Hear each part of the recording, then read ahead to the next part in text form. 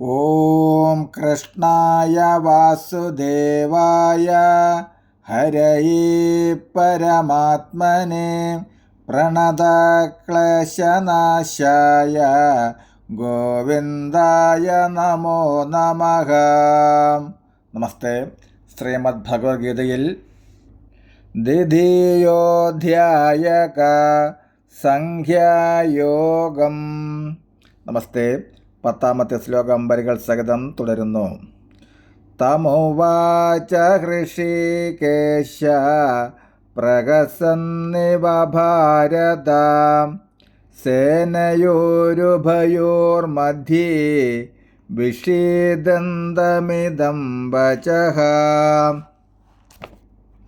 നമസ്തേ.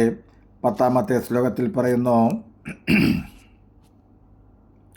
അപ്പോൾ ഇരു സൈന്യങ്ങളുടെയും മധ്യത്തിൽ വച്ച് അല്ലയോ ഭാരത എന്ന സംബോധനയോടെ പുഞ്ചിരിച്ചുകൊണ്ട് കൃഷ്ണൻ ദുഃഖിതനായ അർജുനനോട് ഇപ്രകാരം പറഞ്ഞു. അടുത്ത ശ്ലോകത്തിൽ ഇവിടെ ഭഗവാൻ കൃഷ്ണൻ പാർത്ഥൻ്റെ ഗുരുസ്ഥാനം സ്വീകരിക്കുകയും ആചാര്യൻ ശിഷ്യനോടെന്ന പോലെ ഗാംഭീര്യത്തോടെ യഥാവിധി സംസാരിക്കുകയും ചെയ്യുന്നു.